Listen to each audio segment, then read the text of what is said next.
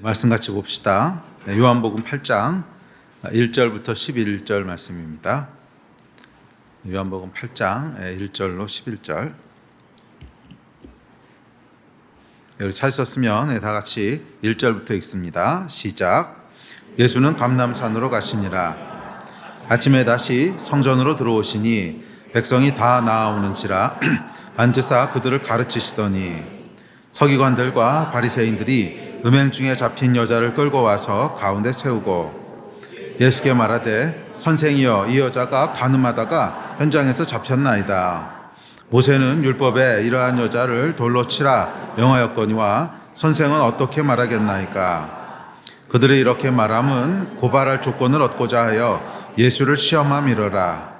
예수께서 몸을 굽히사 손가락으로 땅에 쓰시니 그들이 묻기를 맞이 아니하는지라. 이에 일어나 이르시되 너희 중에 죄 없는 자가 먼저 돌로 치라 하시고 다시 몸을 굽혀 손가락으로 땅에 쓰시니 그들이 이 말씀을 듣고 양심의 가책을 느껴 어른으로 시작하여 젊은이까지 하나씩 나가고 오직 예수와 그 가운데 섰는 여자만 남았더라. 예수께서 일어나사 여자 외에 아무도 없는 것을 보시고 여자여 너를 고발하던 그들이 어디 있느냐?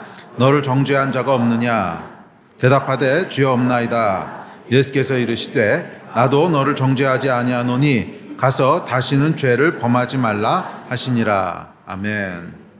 오늘은 요한복음 8장 1절부터 11절 말씀을 살펴보려고 합니다. 간음하다가 현장에서 잡혀온 현행범에 대한 얘기입니다. 요한복음의 이야기는 다분히 상징적인 그런 메시지를 전하고 있다고 했습니다. 자, 오늘 본문도 그렇습니다. 요한이 이 죄를 범한 한 여인의 이야기를 통해서 죄가 무엇인지 또 그 죄의 결과는 무엇인지 또 예수께서는 그 죄를 어떻게 다루시고 해결하시는지 하는 이야기들을 상징적인 메시지들을 통해서 전하고 있습니다. 그래서 오늘부터 한 두 번 정도에 걸쳐서 요한이 전하는 그 죄 또 구원 또 죄의 어떤 결과들 이런 말씀들을 함께 살펴보면서 저와 여러분 가운데도 예수께서 해결하시는 죄를 해결하시는 그 큰 은혜가 임하기를 주의 이름으로 축복합니다. 아멘. 그래서 사실은 오늘 메시지하고 다음 메시지는 이 긴 한 편의 메시지인데 이게 너무 길어서 한 번에 할 수 없어서 중간에 한번 잘랐거든요. 그래서 오늘 메시지를 들으신 분들은 꼭 다음 메시지까지 같이 들으셔야 됩니다.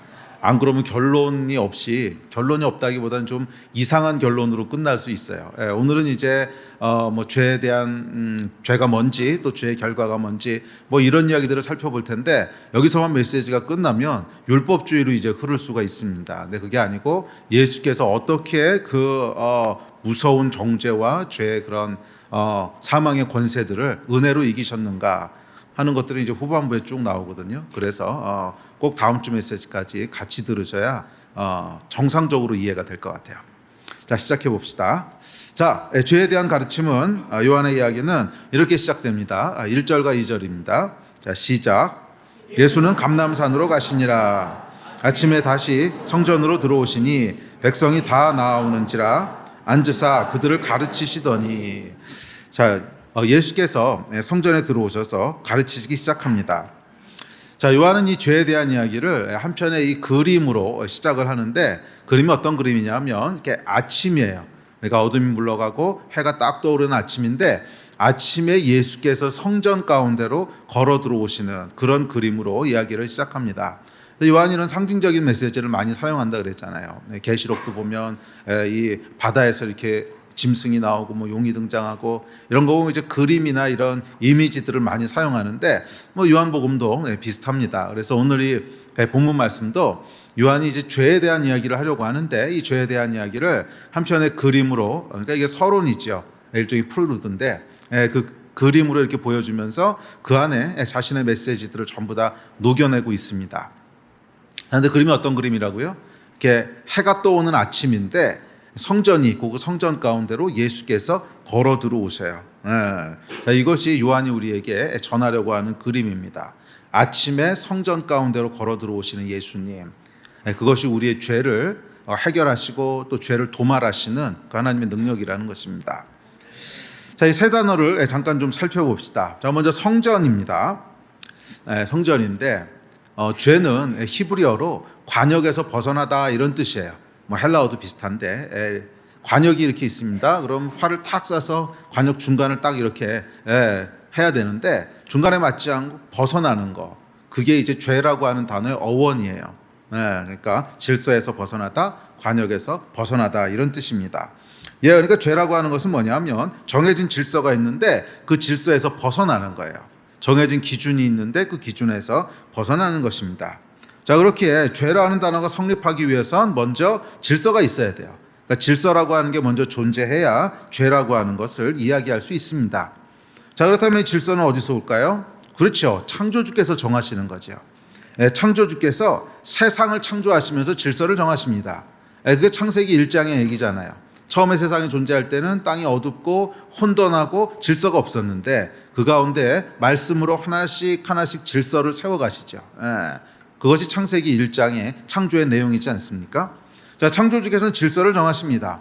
질서라고 하는 것이 단순히 우리에게 주신 율법과 단순히 우리에게 주신 성경 말씀뿐만이 아니라 만물의 질서를 정하시죠.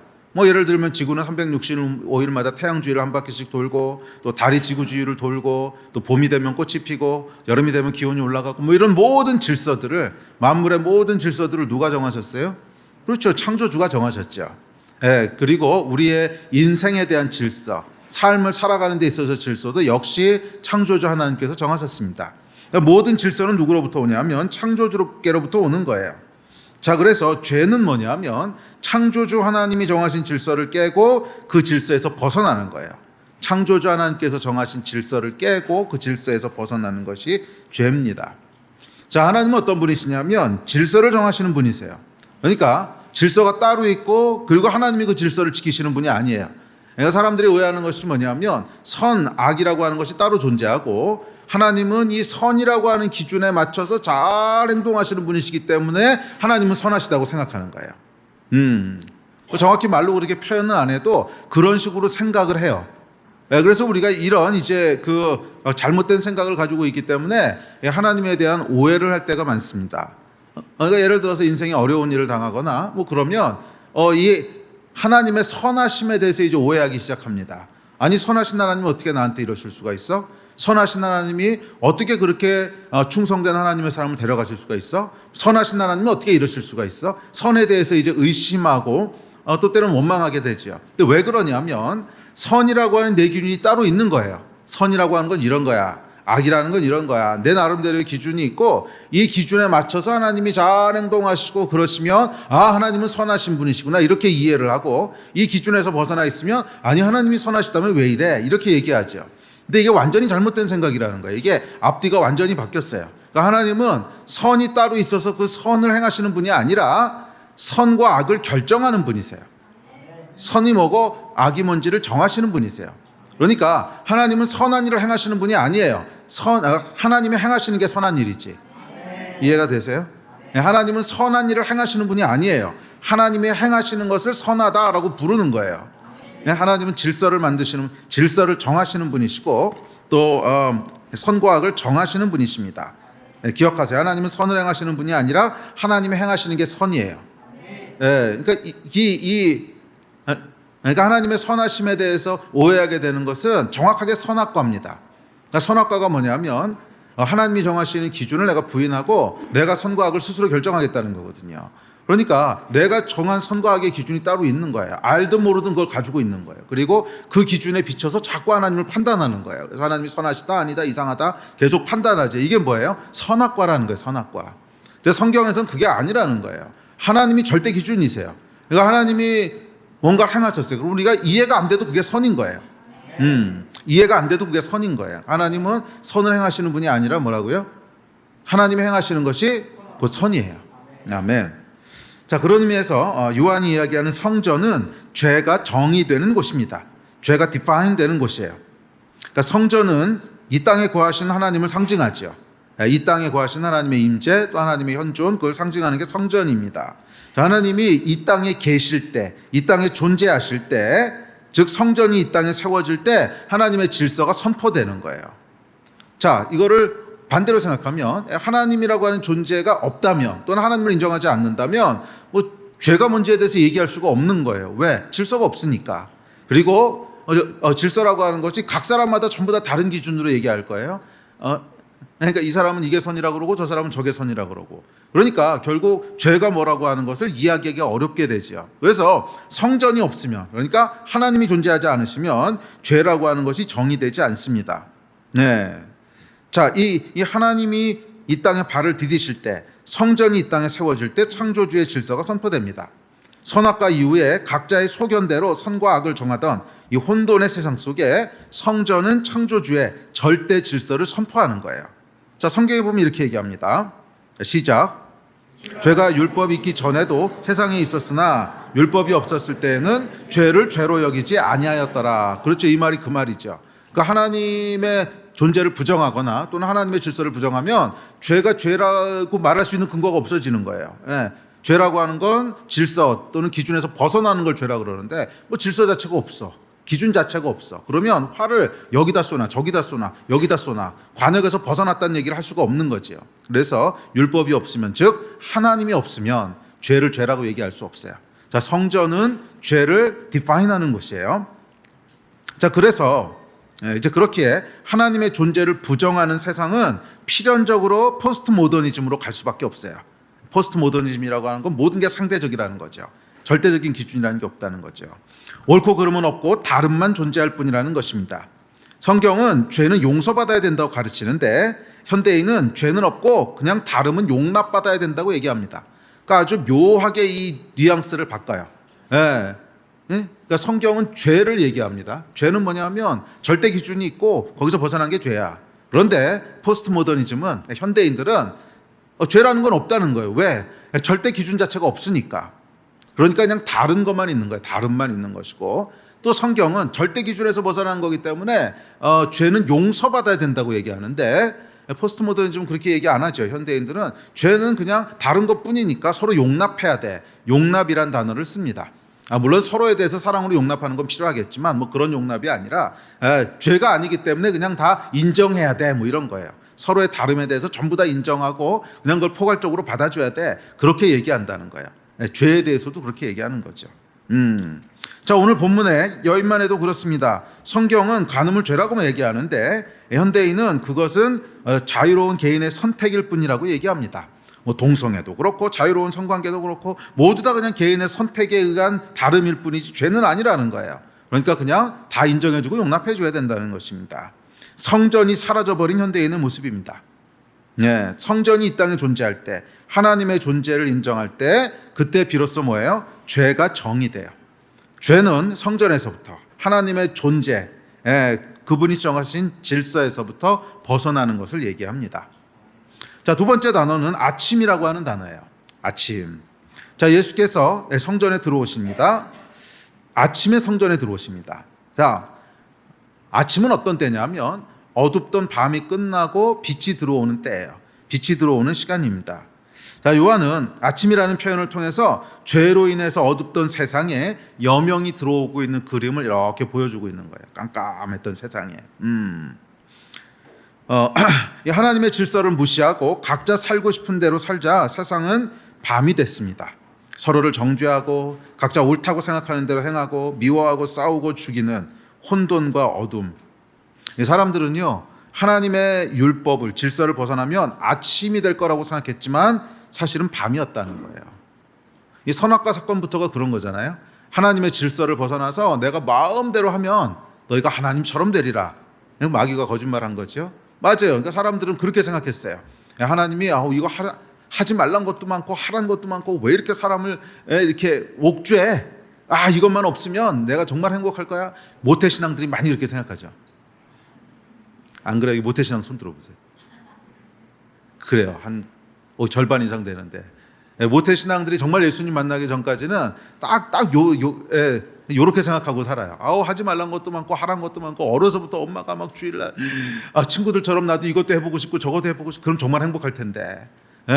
그래서 이제 그 소심한 반란을 시작하죠. 이런 거 안 해봤어요, 모태신앙들? 주일날 이렇게 헌금 주시는데 그거 가지고 오락실 가고 이런 거 안 해봤어요? PC방이지, 이런 거 안 해봤어요? 아주 소심한 반란을 꿈꾸잖아요. 모태신앙들 다 한두 번씩 해보죠, 이렇게.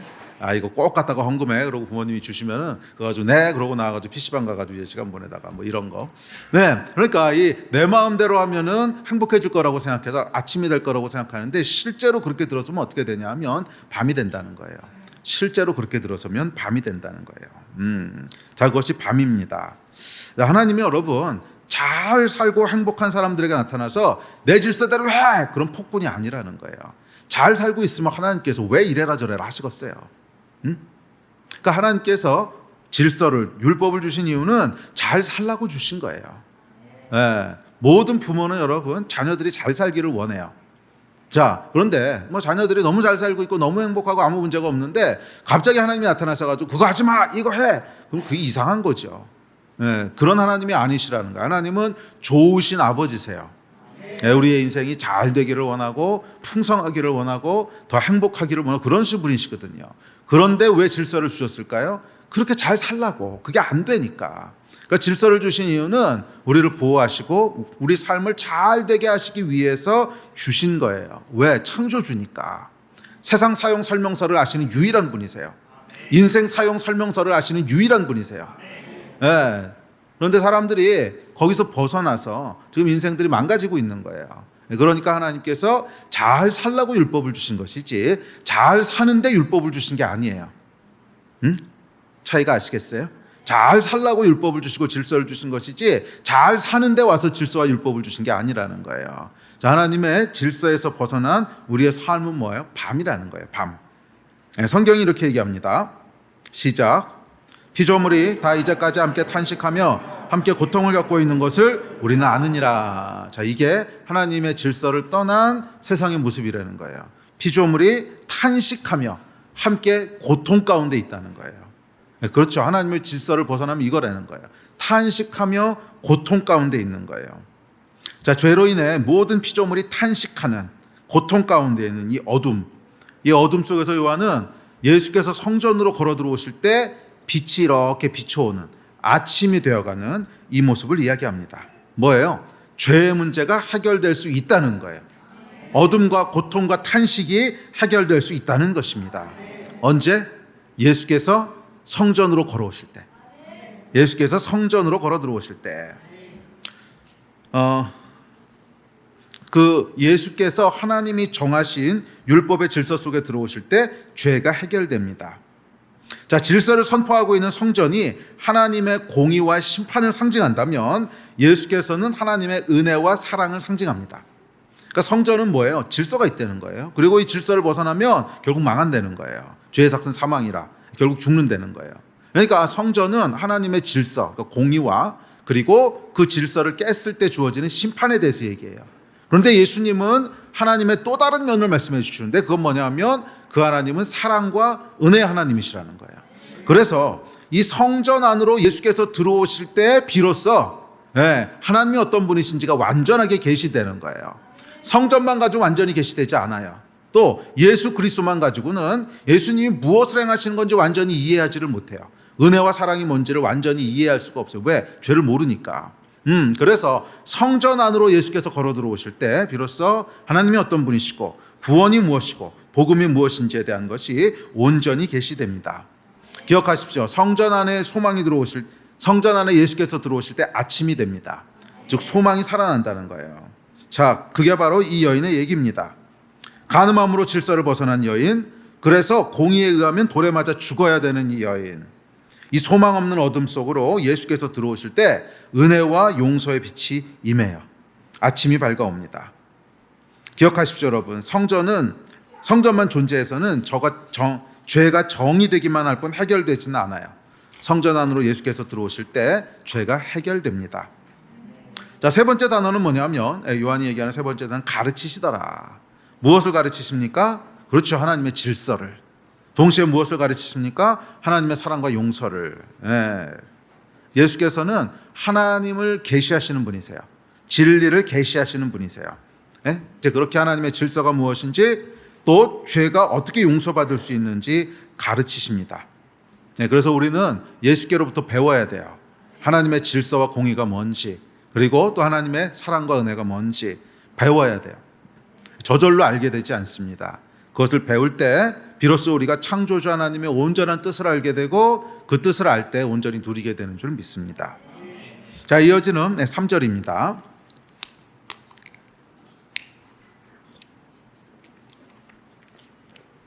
자, 3절 같이 읽읍시다. 시작. 서기관들과 바리새인들이 음행 중에 잡힌 여자를 끌고 와서 가운데 세우고. 자, 이 아침에 성전으로 걸어 들어오시는 예수님이라고 하는 그림을 제시하면서 이 뒤에 하려고 하는 이야기에 그 어떤 뭐 서론격인 프리루드 같은 그런 그림을 딱 제시하고 나서 요한이 이제 본격적인 여자의 이야기를 시작합니다. 자, 한 여인이 등장하는데 이 여인을 통해서 이제 죄에 대한 본격적인 메시지를 요한이 전합니다. 자, 죄에 대한 요한의 두 번째 메시지는 뭐냐면 죄는 관계적인 것이란 사실입니다. 죄는 관계적이다. 자, 한 여인이 간음하다 현장에서 잡혀오죠. 이 여인의 죄명은 뭐 당연히 간음이었습니다. 자, 5절에 보면 모세의 율법에 의하면 이 사람을 죽이라고 했습니다. 그런 것으로 보아 이 간음을 저질렀던 남자나 또는 여자 둘 중에 한 명은 기혼자였어요. 그러니까 배우자가 있었다는 거예요. 자, 모세 율법을 보면 이 미혼 남녀가 성관계를 했다고 해서 죽이라 그러진 않아요. 물론 미혼 남녀의 성관계를 허락하시진 않아요. 그런데 그렇다고 죽이지는 않아. 그래서 미혼 남녀가 이제 성관계를 가지면 어떡하라 그러냐면 남자는 그 여인을 아내로 삼을지라 이렇게 돼 있어요. 그러니까 그러면 결혼하라는 거예요. 그러니까 이 성적인 관계라고 하는 것은 이런 책임 있는 관계가 돼야 된다는 뜻이죠. 책임 있는 관계가 돼야지 무책임하게 함부로 사용하면 안 된다는 거예요. 뭐 그럴 수밖에 없는 게 이게 생명을 잉태하는 행위잖아요. 그러니까 이것을 무책임하게 이 성적인 관계를 가져서 생명이 잉태되게 되면 그 아이는 또 뭐냐는 거예요. 그 아이는 아무 잘못이 없는데 뭐 엄마나 아빠는 없는 상태로 태어나는 거잖아요. 그러니까 그거는 이 아이한테 사실은 불공평한 일이죠. 그래서 이 성적인 관계는 생명을 잉태하기 때문에 책임 있게 사용해야 된다는 거예요. 그래서 그것은 결혼 안에서만 사용하라고 하나님께서 결혼 안에 두셨어요. 뭐 여기에 대한 얘기는 사실 긴 얘기가 되기 때문에 오늘 주제에서 벗어나니까 뭐 다음에 이 얘기는 좀 더 자세히 합시다. 근데 하여간 그렇다고 죽이지는 않아요. 그러니까 우리 하나님께서 뭐 미혼 남자와 여자가 뭐 성관계를 가졌다고 해서 죽이는 건 아니에요. 그냥 책임지라는 거지. 근데 이 기혼자의 경우는 달라요. 기혼자의 경우는 죽이라고 돼 있습니다. 그래서 사실 율법에 의하면 이 여자만 끌고 오면 안 돼요. 남자와 여자를 다 끌고 와서 죽이라고 돼 있거든요. 그러니까 사실 이 사람들도 모세의 율법을 얘기하고 있긴 하지만 정확하게 모세의 율법대로 하고 있지는 않아요. 그러니까 예수를 착잡으려고 지금 하는 거기 때문에 그렇죠. 자, 어쨌거나 이 둘 중 한 명은 배우자가 있었다는 걸 알 수 있습니다. 네. 자, 그러니까 이 여인이 하나님이 정하신 질서를 깨고 죄를 범하는데 그 죄는 본질적으로 뭐예요? 배우자에 대한 관계를 배신하는 거죠. 그러니까 이 간음이라고 하는 죄의 본질은 뭐냐면 관계적인 거라는 거예요. 관계적인 거. 네. 배우자가 있는데 또 배우자가 언약한 게 있는데 그것을 깨고 배신함으로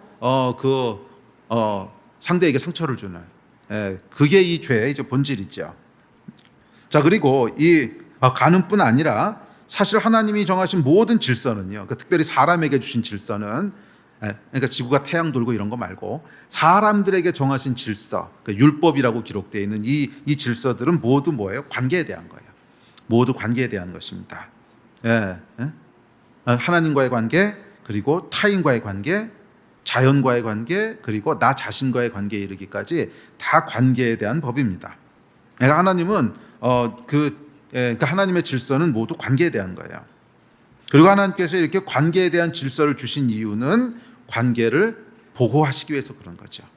관계를 보호하시기 위해서 그런 거죠. 앞서도 얘기했지만 하나님은 우리에게 복을 주기 원하시는 분이세요. 복을 주기 원하시고 우리 삶에 행복하길 원하시고 우리 삶이 풍성하길 원하시고 그게 사실은 모든 부모의 동일한 마음이거든요. 하나님 우리 아버지신데 우리가 잘 되기를 원하시고 복을 누리기 원하시는데 이 하나님이 주시는 복은요 하나도 예외 없이 다 관계를 통해서 온다는 거예요. 다 관계를 통해서 온다는 거예요. 여러분들이 가장 행복했던 기억이 뭔가 한번 생각해 보세요. 분명히 관계적인 걸 거예요. 또 기대하고 있는 행복이 뭔가 생각해 보세요. 그것도 분명히 관계적인 걸 거예요. 배우자의 행복한 관계, 그렇죠? 또 자녀를 낳았을 때 기쁨, 또 뭐 친구들과 누리는 그런 것들, 다 하여간 우리의 어떤 행복과 기쁨이라고 하는 것은 다 관계를 통해서 온단 말이에요. 물론 뭐 돈을 많이 벌거나 뭔가를 성취하거나 뭐 시험에 합격하거나 그러면 잠깐은 기쁘죠. 그렇지만 그게 길게 이어지는 기쁨은 아니고 그 잠깐의 기쁨조차도 왜 기쁜가를 좀 더 들여다보면 함께 기뻐해 주는 사람들이 있고 부러워해 주는 사람들이 있고 그래서 기쁜 거예요. 무인도에서 여러분들이 무슨 시험에 합격했다고 보세요. 얼마나 기쁠까? 주변에 아무도 없는데 여러분들이 무슨 변호사 시험에 합격했어요. 그럼 참 기쁘겠죠. 아니란 말이에요. 그게 다 그 주변에서 함께 기뻐해 주는 사람들이 있고 또 좀 부러워해 주는 친구들이 있고 그러니까 기쁜 거지. 그러니까 우리 인생에서 누리는 기쁨, 행복, 그러니까 하나님이 주시려고 하는 모든 복들은 다 뭐에 대한 거예요? 관계에 대한 거예요. 관계로부터 와요. 그래서 하나님께서는 이 복을 누리게 하시기 위해서 관계를 보호하는 질서를 주신 거예요. 이 질서 안에 머물러라. 이 질서 안에 머물러야 네가 복을 누릴 수 있다. 그런 거죠. 자, 그러니까 그 복은 관계를 통해서 옵니다. 하나님과의 관계, 이웃과의 관계, 자연과의 관계, 그리고 나 자신과의 관계. 이 관계들이 하나님이 정하신 질서 속에 있을 때 우리는 샬롬을 누리게 됩니다. 그러나 반대로 이 질서에서 벗어나게 되면 우리는 하나님의 보호하심에서 벗어나서 고통스러운 결과를 맞게 됩니다. 기억하세요. 하나님이 질서를 주신 것은 이 관계가 올바른 질서 속에 있을 때 하나님이 주시는 복을 누릴 수 있기 때문에 그렇습니다. 아멘. 모든 죄는 그래서 관계를 파괴합니다. 자, 보세요. 살인. 그렇죠. 당연히 대상이 있죠. 또 도둑질, 거짓말, 미움, 시기, 질투, 간음. 자, 봐요. 모든 죄는 다 관계에서 오는 거예요. 다. 뭐 살인도 그렇고 거짓말도 그렇죠. 거짓말에서 속는 사람이 있는 거죠. 미워하는 대상이 있죠. 시기하는 대상이 있죠. 질투하는 대상이 있죠.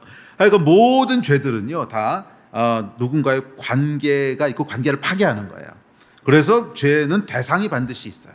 반드시 대상이 있어요. 그러니까 관계적이라고 하는 말 뜻이 그거죠. 관계적이라고 하는 말 뜻이 대상이 있다는 뜻이죠.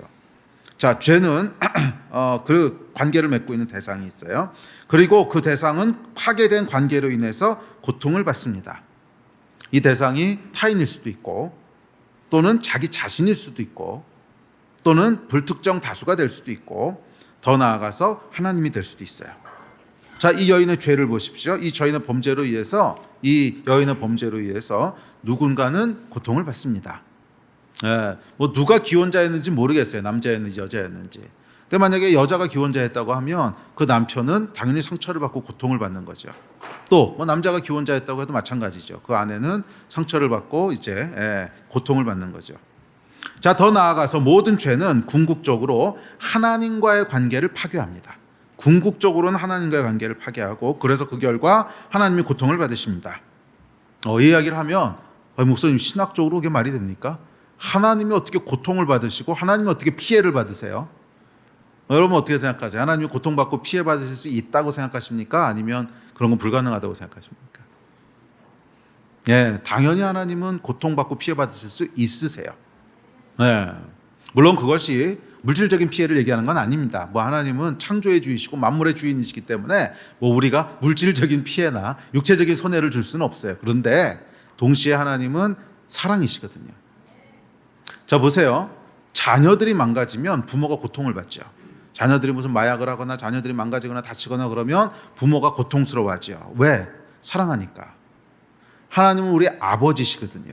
우리는 하나님의 자녀거든. 그러니까 그 자녀들이 죄를 통해서 망가지면 당연히 아버지이신 하나님 어떠세요? 고통을 받으시는 거죠. 그게 사랑의 속성 아닙니까? 자, 그래서 하나님은 우리의 죄 때문에 고통을 받으시고 피해를 받으세요. 궁극적으로 이 죄는 관계적인 것이고 대상이 있다고 했는데 우리의 모든 죄는 그래서 표면적으로는 누구에게 거짓말을 하고 누구에게 살인을 하고 그럼 그 사람한테 죄를 저지른 것 같지만 궁극적으로는 그 피해가 누가 된다는 거예요? 하나님이 최종적인 피해를 입으신다는 거예요. 그러니까 모든 죄의 최종적인 피해자는 하나님이시라는 거예요. 자, 그렇기 때문에 이 죄는 하나님과의 관계를 파괴하고 그리고 하나님께 고통을 드립니다. 자, 그렇게 죄에 대한 회개라고 하는 건 죄송합니다, 잘못했습니다 하는 말은 1차적으로 하나님께 드려야 되는 거예요. 그래서 모든 기도는 모든 회개는 하나님께 회개하면서 시작하죠. 물론 우리가 그 대상에게도 이제 미안하다고 얘기해야 되지만 사람이 있으면 그것은 이제 그 다음 스텝이고 첫 번째 스텝은 항상 뭐예요? 회개를 하나님 앞에 드리잖아요. 왜 그러냐면 미안하다는 얘기를 들어야 되는 1차적인 가장 큰 피해자는 하나님이시기 때문에 그래요. 사람 이전에 미안합니다, 죄송합니다라는 얘기를 들어야 되는 1차적인 가장 큰 피해자는 하나님이세요. 우리가 죄를 지면 하나님이 가장 고통스러워하세요. 그래서 회개는 하나님께로부터 시작하는 겁니다. 자, 이어지는 4절입니다. 자, 4절 시작. 예수께 말하되 선생이여 이 여자가 간음하다가 현장에서 잡혔나이다. 자, 죄에 대한 요한의 세 번째 메시지가 있는데 세 번째 메시지는 뭐냐면 죄에는 결과가 있다는 거예요. 죄에는 결과가 있다는 것입니다. 자, 세 가지 결과를 요한이 얘기하는데 첫 번째, 죄에는 정죄가 있어요. 정죄. 질서를 벗어났다는 손가락질, 그리고 사람들의 낙인 이런 게 있다는 거예요. 자, 이 여인이 죄를 범합니다. 그랬더니 하나님의 질서에서도 사람의 질서에서도 벗어나게 됐어요. 그러자 정죄가 들어오고 고발이 들어옵니다. 자, 10절 보면 이렇게 얘기합니다. 시작. 예수께서 일어나사 여자 외에 아무도 없는 것을 보시고 이르시되 여자여 너를 고발하던 그들이 어디 있느냐? 너를 정죄한 자가 없느냐? 자, 서기관들과 바리새인이 이제 정죄를 하기 시작하는데 서기관들과 바리새인은 두 가지 질서를 대표합니다. 자, 서기관들은 어떤 사람이냐면 주로 법률과 전통 그리고 문학, 역사 이런 것들을 관리하고 그리고 보존하고 관리하고 교육하고 하는 일을 했던 사람들이에요. 자, 그런 면에서 이런 전통, 법률, 역사, 문학 이게 뭐예요? 사람이 정한 질서를 얘기하는 거죠. 그러니까 이런 건 선한 거고 이런 건 악한 거고 이건 해도 되는 거고 안 되는 거고 이런 거를 관리하는 사람이었어요. 물론 그 당시 사회는 종교 사회였기 때문에 필연적으로 하나님과 종교에 대한 이야기가 들어가긴 하지만 그래도 근본적으로는 뭐예요? 사람의 질서에 대한 걸 관리하는 사람이에요. 반면 바리새인은 어떻습니까? 그렇죠. 하나님의 율법을 지키고 관리하는 사람들이죠. 그러니까 서기관들과 바리새인의 정죄라고 하는 것은 두 가지 정죄를 얘기합니다. 세상 질서에서도 벗어났으니까 세상에서도 정죄가 들어오고 또 하나님의 질서에서도 벗어났기 때문에 영적으로도 정죄가 들어온다는 거예요. 차이간 정죄가 이제 들어오기 시작합니다. 정죄는 여러분 일종의 판결입니다. 너 잘못했어. 너는 나쁜 사람이야. 이런 선포죠. 예. 질서를 깼기 때문에. 질서를 깨므로 관계가 망가지고 관계가 망가져서 누군가가 고통을 겪으니까 너는 잘못했어. 네가 나쁜 사람이야. 이것이 이제 정죄입니다. 자, 정죄가 일어나게 되면 이제 죄의 두 번째 결과가 일어나는데 두 번째 결과는 뭐냐면 수치예요. 수치. shame. 수치. 자, 정죄의 결과 수치가 따라옵니다. 저는 본문 말씀을 보시면 현장이라는 단어와 끌고 와서 사람들 가운데 세우고라는 표현을 생각해 보세요. 이 여인은 옷이라도 제대로 걸치고 왔겠어요? 얼마나 수치스러웠을지 생각해 보십시오. 죄는 여러분 수치를 유발합니다. 죄는 수치를 만들어내요. 자, 수치라고 하는 게 뭔가? 수치라고 하는 것은 여러분 가치가 부정되는 거예요. 가치가 부정되는 거예요. 자, 가치가 부정된다고 하면 무슨 뜻이냐면 너는 쓸모없는 존재야. 그래서 우리가 수치심을 느낀다고 하는 건 뭐냐면 나는 쓸모없는 존재야. 나는 쓰레기야. 그런 걸 느꼈을 때 드는 부정적인 감정이 있죠. 그것을 수치심이라고 그러는 거죠. 그러니까 수치는 우리가 인간으로서의 가치를 잃어버리고 가치가 무너지는 것이 수치예요. 그리고 거기서 느끼는 수치심은 내 가치가 무너졌다고 느낄 때, 그러니까 난 쓸모없는 존재야, 나는 쓰레기야, 그러니까 나 같은 건 없어야 돼, 이럴 때 느껴지는 그런 부정적인 감정, 그런 것이 이제 수치입니다. 자, 그리고 죄는 우리의 가치를 무너뜨려요. 죄는 가치를 무너뜨려요. 자, 그래서 죄가 들어오면 이 사회에서 넌 살아갈 가치가 없어. 그래서 옥에다 가두는 거죠. 그게 뭐예요? 옥에다 가두는 건 너는 이 사회에서 살아갈 가치가 없어. 그래서 옥에다 가두는 거죠. 또 사형시키는 것도 마찬가지고 너는 이 세상에 존재할 가치가 없어. 그래서 사형시키는 거죠. 그러니까 죄는 항상 가치를 무너뜨리는 거예요. 너는 여기 살 가치가 없어. 너는 정상적으로 살아갈 가치가 없어. 너는 존재할 가치가 없어. 그런 거예요. 또 존경받을 가치가 없기에 손가락질하고 멸시합니다. 존중받을 가치가 없기에 욕하고 비웃습니다. 본받을 가치가 없기에 수군거리고 경멸합니다. 군중 가운데 서 있던 여인에게 쏟아진 수치였습니다. 수치는 존재 가치를 부정하는 것이고 그렇기에 우리의 영혼을 병들게 하고 마음을 무너뜨려요. 수치는 여러분 건강한 감정이 아니에요. 우리의 영혼을 병들게 하고 우리 마음을 무너뜨립니다.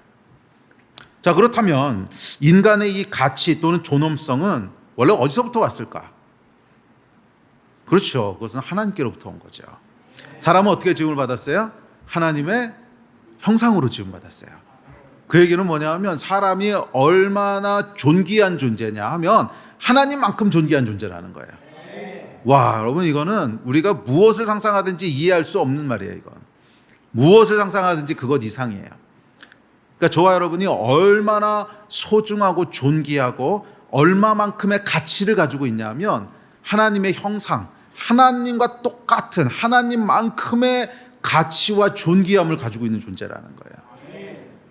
그러니까 여러분, 우리가 스스로에 대해서 이렇게 스스로를 비하하고 열등감을 가지고 나는 쓸모없는 존재야 라고 생각하는 게 얼마나 진리에서 벗어난 생각인지, 얼마나 큰 마귀의 거짓말인지, 그러니까 이게 죄 때문에 들어오는 속게 되는 거짓말이거든요.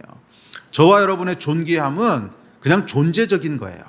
원래 하나님의 형상으로 지음받았기 때문에 그냥 응애 하고 태어나는 순간부터 아무것도 안 해도 그냥 하나님 수준의 존귀함이 있는 거예요. 아멘. 예. 예? 하나님의 형상을 타고났기 때문에 그렇습니다. 이 땅에 존재하는 다른 어떤 피조물도 그런 피조물은 없어요. 그러니까 여러분은 개와 돼지와 고양이하고는 전혀 다른 존재예요. 요즘은 이제 애완견들에 대한 뭐 이런 게 하도 높아져서 막 개를 사람처럼 이렇게 취급하는데, 아니 여러분, 그거 그러시면 안 돼요. 개는 개고 개는 하나님의 형상이 아니에요. 저는 개를 되게 좋아해요. 개를 정말 좋아해서 항상 어렸을 때 이제 개를 키웠었고, 저를 잘 아는 사람들은 그래요. 목사님은 사람 목회보다 개 목회 하셨으면 정말 잘했을 거예요. 개를 정말 좋아하거든요. 그런데 제가 아무리 개를 좋아해도 개하고 사람은 같지 않아요. 그것은 진화론이 우리에게 심어준 거짓말이에요. 진화론은 여러분, 개나 사람이나 같은 동일한 동물 또는 뭐 그렇게 이제 취급을 합니다. 그래서 뭐 진화론의 생각에 의하면 뭐 사람이 조금 더 똑똑하다는 것 뿐이지 뭐 개나 소나 별 차이가 없다고 생각을 해요.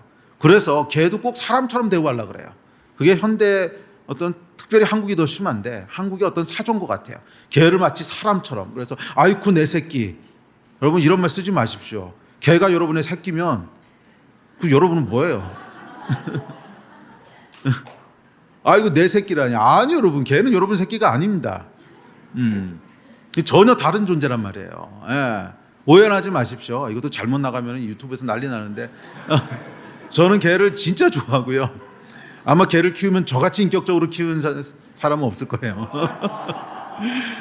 저는 개를 너무너무 좋아하고 그래요. 왜냐하면 하나님이 주신 선물이기 때문에 잘 우리가 돌봐야 되고 뭐 그래야 되는 건 당연한 겁니다. 너무 중요하고 당연한 건데 사람하고 같지는 않다는 거예요. 이거는 명확하게 하셔야 돼요. 사람하고 같지는 않아요. 사람은 하나님의 형상으로 지음받은 세상의 어떤 것과도 비교할 수 없는 그런 존귀한 존재인 줄 믿습니다. 자, 그런데 이 죄는요, 이 하나님의 형상을 훼손하고 가려요. 하나님의 형상의 옷을 벗겨요. 자, 이게 수치의 근원인데, 자, 성경에 등장하는 최초의 수치가 어디, 수치, 그렇죠. 최초의 수치심이 어디 등장하냐면 창세기 3장이에요. 타락 직후입니다. 그 전까지는 사람이 수치라고 하는 감정을 느껴본 적이 없었어요. 처음으로 느끼는 장면인데, 자, 7절입니다. 시작.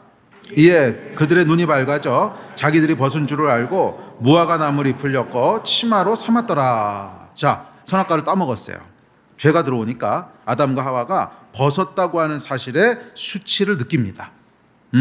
자, 여기서 벗었다고 하는 것은 육신의 벌거벗음을 얘기하는 것이 아니라 당연히 영적인 벌거벗음에 대한 상징적인 표현입니다. 그러니까 하나님의 존귀하심, 존재 가치의 근원이 되는 하나님의 존귀하심이라고 하는 옷을 입고 인간은 태어났다는 거예요. 그런데 죄는 뭐예요? 이 존귀의 옷을 벗긴다는 거예요. 하나님의 형상으로 지음받은 존귀한 자. 그러니까 하나님이 왜 존귀하시냐면 거룩하시기 때문에 존귀하신 거예요. 그러니까 죄하고는 함께 하실 수 없다는 그 하나님의 거룩하신 속성이 존귀와 가치를 만들어낸 거예요. 그런데 죄가 들어오는 순간 하나님의 존귀의 옷을 입고 있던 인간이 죄로 말미암아 하나님의 존귀의 옷이 벗겨지는 거예요. 그러니까 죄와 하나님의 거룩함이 함께할 수 없으니까 하나님의 존귀의 옷이 벗겨지는 거예요.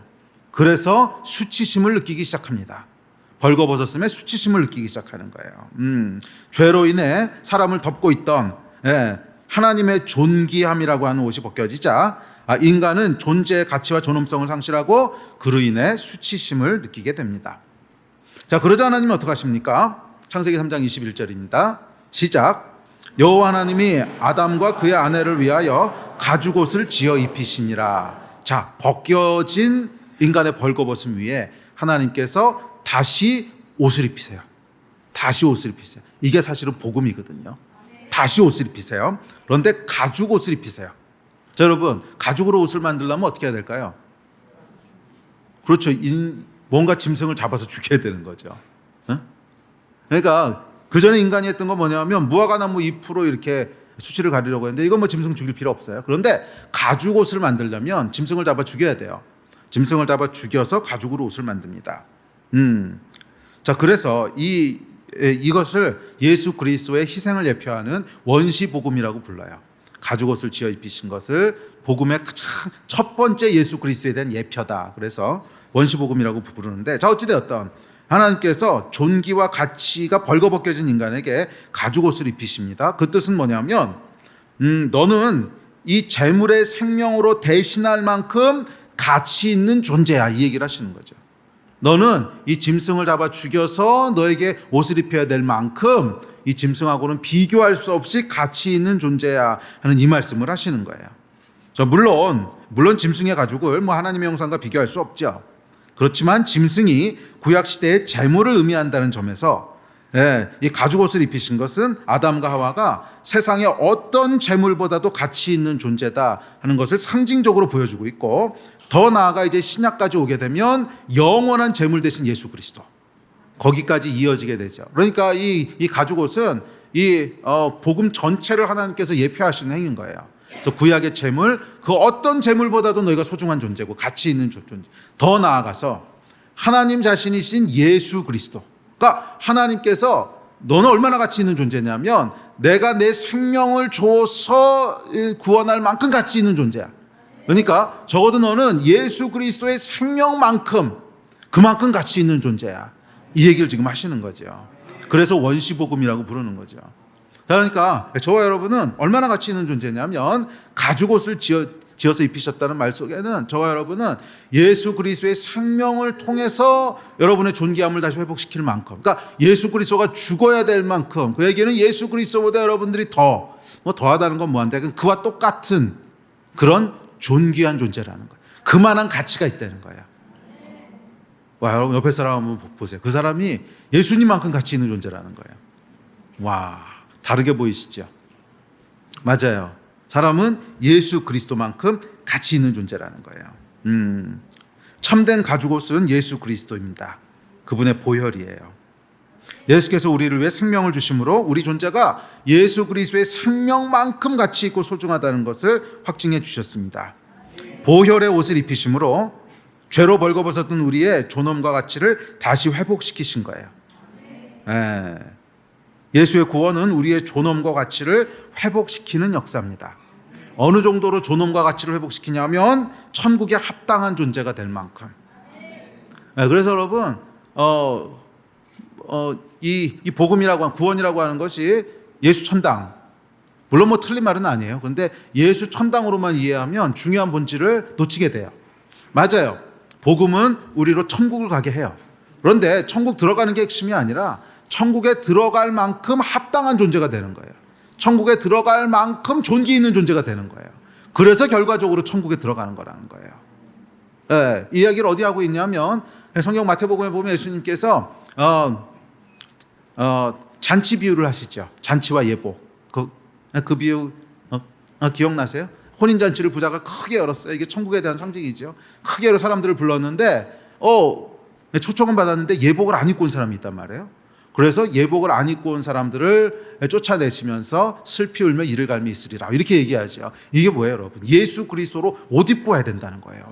예수 그리스도로 옷 입고 와야 된다. 그러니까 예수 그리스도의 존귀함과 가치로, 존귀로 옷을 입어야, 그래야 천국에 들어갈 수 있을 만한 합당한 자가 된다는 거예요. 천국에 그냥 초청받았다고 무조건 다 들어가는 게 아니에요. 그러니까 예수 천당이라고 하는 얘기는 뭐냐면 그냥 무조건적으로 천국에 강제로 집어넣는 게 구원이라는 뜻이 아니라 천국에 들어가도 될 만큼 존귀한 존재로 회복시키신다는 거예요. 이게 구원입니다. 이 부분을 놓치게 되면 우리가 복음의 많은 부분을 놓치게 돼요. 예를 들면 우리가 이 땅을 살아가는데 얼마나 존귀한 존재인지, 그 존귀한 존재에서부터 오는 그런 평안과 샬롬과 축복들, 뭐 이런 거 다 놓치게 되죠. 여러분 기억하십시오. 여러분들은 예수 그리스도로 옷 입었기 때문에 존귀한 존재예요. 예수 그리스도의 보혈의 옷을 입었어요. 그래서 이제 하나님께서 그 보혈의 옷만 보신다는 거예요. 여러분 안에 있는 죄와 타락과 연약함과 부족함은 안 보시고 예수 그리스도의 보혈의 옷만 보신다는 거예요. 그게 여러분 구약의 제사가 이제 보여주고 있는 진리이기도 하거든요. 구약의 제사는 어떻게 드리냐면 짐승을 잡습니다. 짐승을 잡아서 지성소로 피를 가지고 들어와서 이 피를 어디다 뿌리냐면 언약궤 위에다 이렇게 뿌리죠. 근데 언약궤가 뭐냐면 그 안에 뭐가 있어요? 모세의 십계명이 있거든요. 십계명은 뭐냐면 질서죠, 질서. 그러니까 죄를 정의하는 게 십계명이잖아요. 그러니까 죄가 있다는 거예요. 그런데 그 죄 위를 예수의 피가 이렇게 덮어요. 그러면 하늘에서 하나님이 보실 때 그 예수의 피만 보인다는 거예요. 예수의 피로 덮여 있기 때문에 그 안에 있는 죄와 저주와 심판은 안 보신다는 거예요. 그게 구약의 제사가 의미하는 거거든요. 예수 그리스도의 보혈로 옷 입는다고 하는 게 정확히 그 이야기하는 거예요. 예수 그리스도의 보혈로 우리가 다시 옷 입었을 때, 그래 우리 안에는 부족함이 있고 죄가 있고 연약함이 있고 타락함이 있지만 하나님께서 그걸 보시는 게 아니라 마치 언약궤 위에 뿌려진 피처럼 그 피가 하나님의 눈을 덮어서 예수 그리스도의 보혈만 보시는 거예요. 그리고 그렇지, 예수 그리스도가 저 존재를 위해서 저 피를 흘렸지, 그러니까 그 피만큼 존귀한 존재지, 이렇게 보신다는 거예요. 아멘. 이 구원의 큰 복음의 능력들을 누리셨으면 좋겠습니다. 자, 불행하게도 하나님을 떠난 인간은 다른 옷으로 수치를 가리려고 합니다. 창세기 3장 7절에도 보면 무화과나무 잎으로 수치를 가렸다 그래요. 다른 옷으로 수치를 가리고 그 존재 가치를 증명하려고 힘씁니다. 명품 옷, 명품 가방, 돈, 명예, 성공, 능력, 학위, 외모, 도덕성, 뭐 이런 거, 이런 무화과나무들을 잔뜩 가져다가 자기 몸을 가리는 거죠. 그런데 여러분, 사실은 말이에요, 그런 무화과나무는 가려지지도 않고요. 어차피 다 보여요. 어차피 다 보이고, 그리고 사실은 좀 더 본질적으로는 존재 가치라고 하는 건 증명할 필요가 없어요. 우리의 가치는 하나님의 형상으로부터 주어지는 존재적인 가치고요, 선험적인 가치예요. 그러니까 증명하거나 획득하는 게 아니라는 거예요. 그냥 태어날 때부터 가지고 태어나는 가치예요. 태어날 때부터 여러분들은 존귀한 존재예요. 자, 그런데 죄로 인해서 그 존귀함과 가치를 잃어버린 인간은 끊임없이 다른 무언가로 옷 입어서 존귀를 증명하고 획득하려고 합니다. 그리고 이 존귀를 증명하려는 시도에서 실패하면 또 역시 수치를 느낍니다. 자, 그렇기 때문에 이 수치의 근원은 두 가지인데 죄와 실패예요. 죄와 실패. 뭐 사실은 비슷한 개념인데, 죄가 본질적으로 우리 수치를 일으킨다면 실패는 그것을 가리려는 걸 실패하는 거죠. 그래서 자기의 죄로 인한 수치가 더 적나라하게 드러나 보이게 되는 것, 그것이 수치의 근원입니다. 기억하세요, 여러분. 수치를 가리는 변치 않는 유일한 옷은 예수 그리스도의 보혈의 옷밖에 없어요. 아멘. 그래서 성경은 정말 여러 곳에서 예수 그리스도로 옷 입으라고 얘기합니다. 그중 몇 구절만 찾아볼까요? 자, 시작. 오직 주 예수 그리스도로 옷 입고 정욕을 위하여 육신의 일을 도모하지 말라. 너희가 다 믿음으로 말미암아 그리스도 예수 안에서 하나님의 아들이 되었으니 누구든지 그리스도와 합하기 위하여 침례를 받은 자는 그리스도로 옷 입었느니라. 뭐 성경에는 이 두 구절 말고도 정말 여러 군데에서 그리스도로 또는 예수로 옷 입으라고 얘기합니다. 예수로 옷 입는다는 게 뭐예요? 잃어버린 하나님의 형상과 존귀함을 다시 입는 거예요. 예수의 보혈로 말미암아, 그렇죠, 보혈로 그 존귀함을 획득하셨어요. 내가 내 생명을 내어줄 정도로 소중한 존재야. 그래서 보혈로 이미 존귀함을 획득하셨거든요. 그것을 뭐예요? 믿음으로 내가 입는 거예요. 믿음으로 내가 입는 거예요. 그러므로 여러분, 인간의 노력이나 인간의 성취함은 다 무화과나무 잎이에요. 그거는 우리 수치가 절대로 해결되지 않습니다. 우리의 수치를 해결한다고 할지라도 그냥 짐승 수준의 수치예요. 개보다 좀 난 존재. 좋으시겠어요? 돼지보다 좀 난 존재. 좋으시겠어요? 아니 여러분, 사람은 그런 존재가 아니라 하나님과 같은 수준의 존귀함이 있거든요. 무화과나무로는 개보다 난 존재라고 하는 걸 증명할 수는 있어요. 왜? 개는 무화과나무를 엮어서 옷을 만들지 못하거든. 응? 손이 있으니까 개보다 좀 난 존재가 될 수 있을지 모르지만 하나님의 존귀함하고는 전혀 다른 얘기지요. 무화과나무 잎으로는 절대로 여러분의 수치를 가릴 수가 없어요. 그냥 개보다 좀 난 존재. 오직 예수 그리스도의 보혈의 옷. 하나님이신 분이 그의 생명을 주셨어. 왜? 우리를 위해서. 그 얘기는 우리의 생명이 그분 생명만큼 그 이상으로 소중하다는 뜻이잖아요. 그 존귀함을 획득하는 것은 믿음으로 보혈의 옷을 입는 것밖에 없어요. 네. 자, 옷을 입는 행위가 뭐라 그랬어요? 갈라디아 3장 26절에 보면 믿음으로라고 그랬어요. 믿음으로 그리스도의 옷을 입는 거예요. 네. 하나님이신 분이 예수 그리스도가 하나님이신 분이시고 그분이 우리를 위해서 죽으셨고 그래서 우리가 그분의 의를 옷 입는다 하는 것을 믿는 거예요. 그것을 믿을 때 우리가 존귀의 옷을 입게 되는 줄 믿습니다. 이게 구원이에요. 이게 구원이에요. 아멘. 자, 주의 세 번째 결과가 있습니다. 세 번째 결과는 형벌입니다. 형벌. 자, 죄가 여러분 수치를 가린다. 죄가 수치를 가져온다고 하는 것에 대표적인 말씀이 누가복음 15장 탕자의 비유입니다. 탕자의 비유를 보면 하나님의 보호하심이 있잖아요. 그러니까 질서는 이제 보호하심이죠. 질서 보호하심이 있는데 아들이 그 보호하심을 싫다고 그러고 떠나요. 내가 그 돈 마음대로 쓰겠습니다. 그래서 떠나서 결국 어떻게 되죠? 결국 돼지와 함께 자고 돼지 우리에서 돼지가 먹는 주엄나무 열매를 먹으면서 이게 뭐예요, 여러분? 존귀함을 다 잃어버린 거죠. 응? 존귀함을 다 잃어버린 거죠. 왜? 아버지의 보호하심을 떠났기 때문에. 그러니까 하나님의 질서를 떠나면 우리는 어떤 존재가 된다는 거예요? 존귀함을 다 잃어버리고 돼지 같은 존재가 된다는 거죠. 네? 그러니까 짐승과 같은 존재가 된다는 거예요. 자, 이것이 수치에 대한 성경의 가르침입니다. 자, 세 번째는 이제 형벌이 있는데 죄는 정죄와 수치뿐만이 아니라 형벌이 있습니다.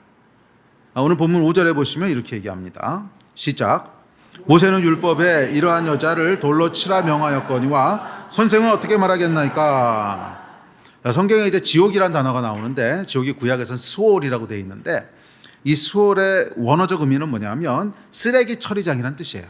쓰레기 처리장. 자, 쓰레기가 뭐냐면 그 가치가 제로가 된 것을 쓰레기라고 부릅니다. 그러니까 가치가 조금이라도 남아있으면 쓰레기통에 버리진 않죠. 조금이라도 집에서 쓸모가 있으면 버리지 않겠죠. 버린다고 하는 건 뭐냐면 그 가치가 제로가 됐다는 걸 의미합니다. 죄는 우리 가치를 0으로 만들어 버린다는 거예요. 제로로. 그래서 그 결과 쓰레기 처리장에 버려지게 되는데 그게 성경이 얘기하는 지옥입니다. 죄는 여러분 분명한 대가가 있고 형벌이 있다는 거예요. 그저 정죄와 수치에 그치지 않습니다. 그리고 그 대가는 사망이다 또는 수월이다 이렇게 성경은 얘기합니다. 자, 성경 같이 볼까요? 시작. 죄의 삭은 사망이요 하나님의 은사는 그리스도 예수 우리 주 안에 있는 영생이니라. 죄로 인해서 여러분 이 여인은 죽음의 위기에 몰렸습니다. 또 죄로 인해서 아담과 하와는 에덴에서 쫓겨났고요. 죄로 인해서 가인은 평생을 두려움 속에서 유리방황했습니다.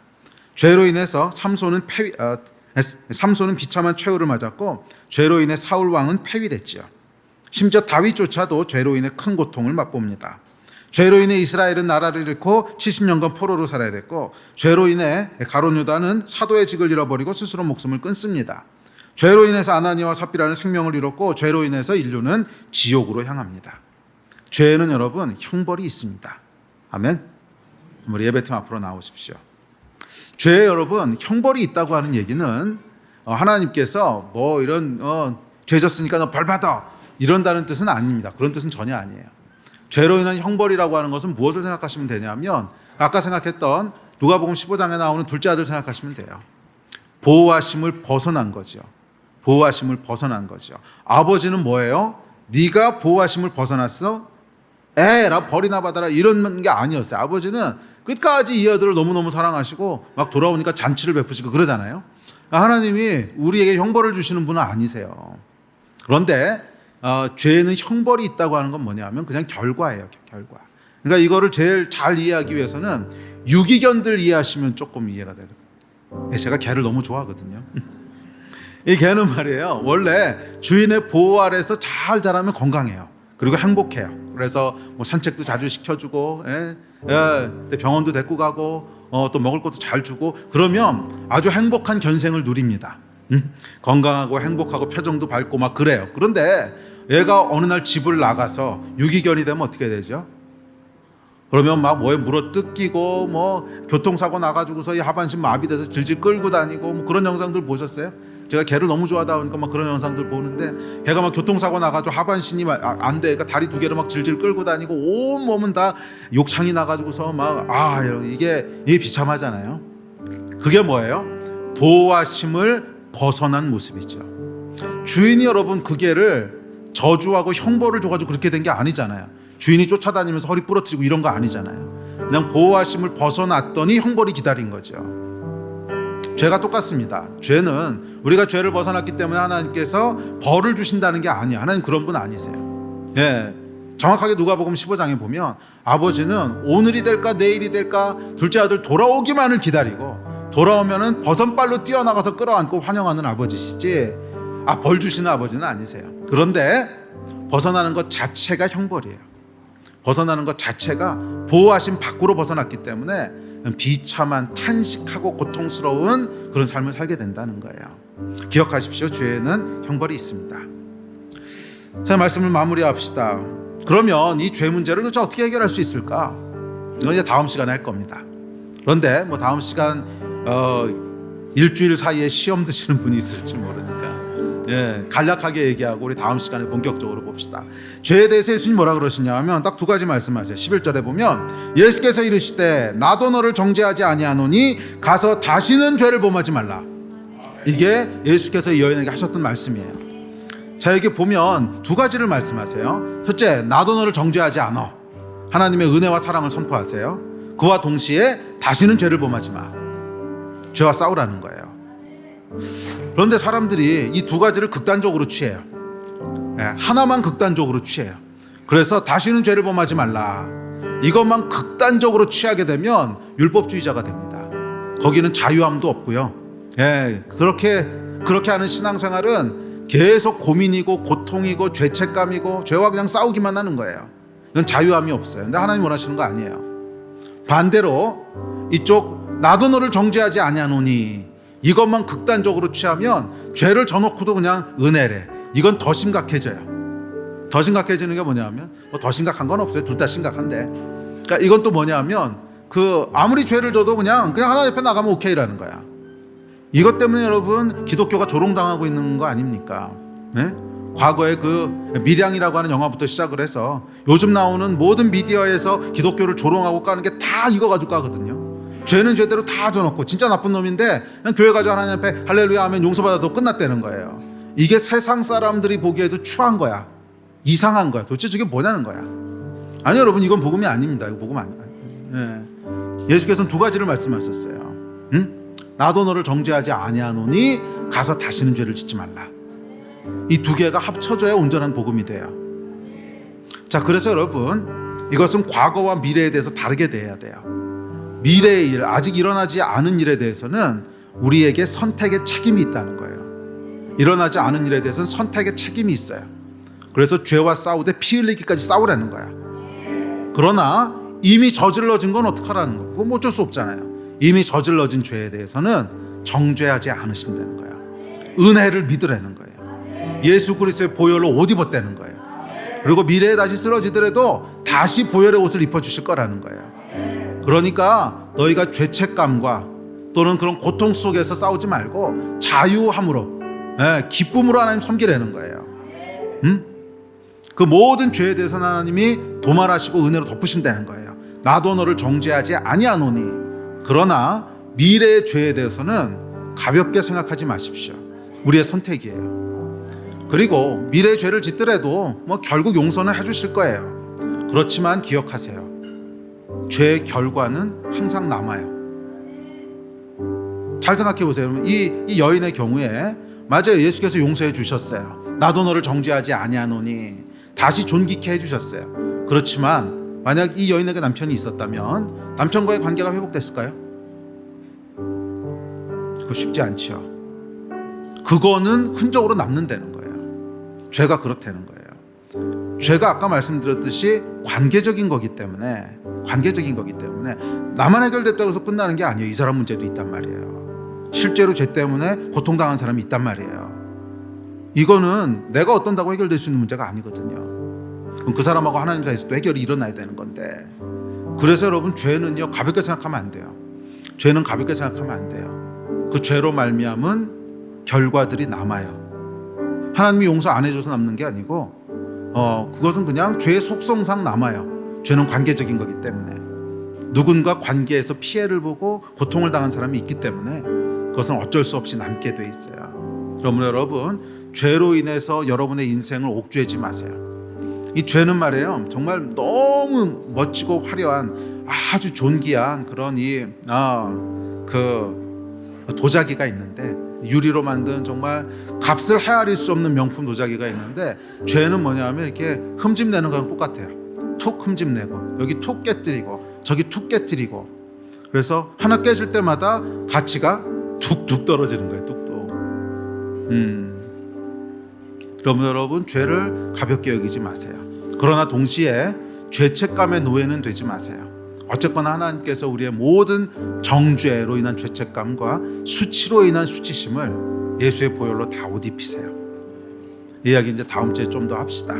자, 그 믿음을 가지고 우리 하나님이 주시는 복을 다 누린 여러분 되시기를 바랍니다. 우리 일어나서 같이 기도합시다.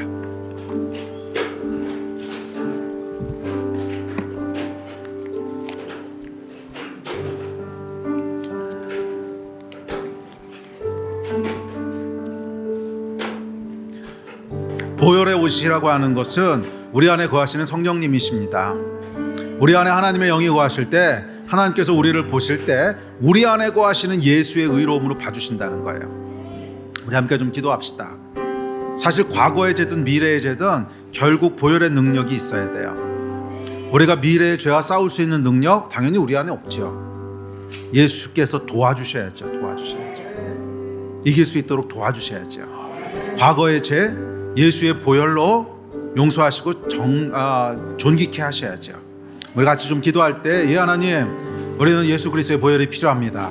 오늘도 도와주시고 우리 위에 함께 하셔서 이 죄의 모든 거짓으로부터 우리를 자유케 하여 주시고, 죄의 모든 정죄와 수치로부터 우리를 보혈로 옷 입혀 주시고, 또 모든 죄의 유혹으로부터 싸워 이기게 하여 주십시오. 주님의 도움을 구합니다. 아멘. 이 마음 가지고 우리 주여 한번 부르짖고 다 같이 합심해서 기도하시겠습니다.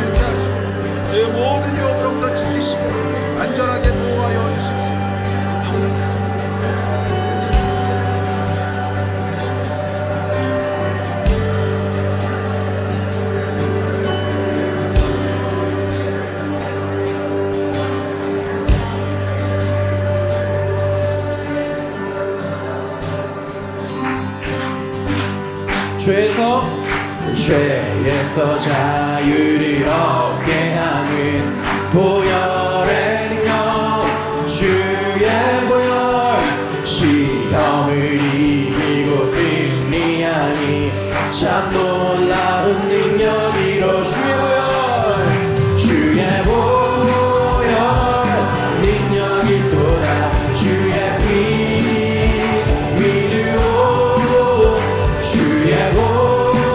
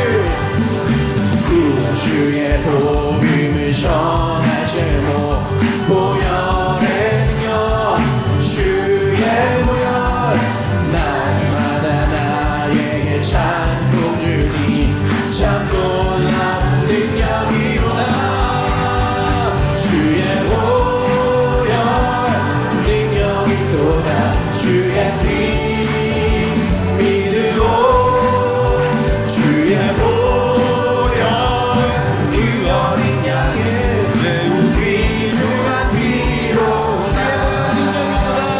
주의 보혈 능력 있도다 주의 피 믿으오 주의 보혈 그 어린 양의 매우 귀중한 피로 아멘, 아멘. 이 하나님, 예수 그리스도의 보혈로 소중한 존재가 된 것을 믿습니다.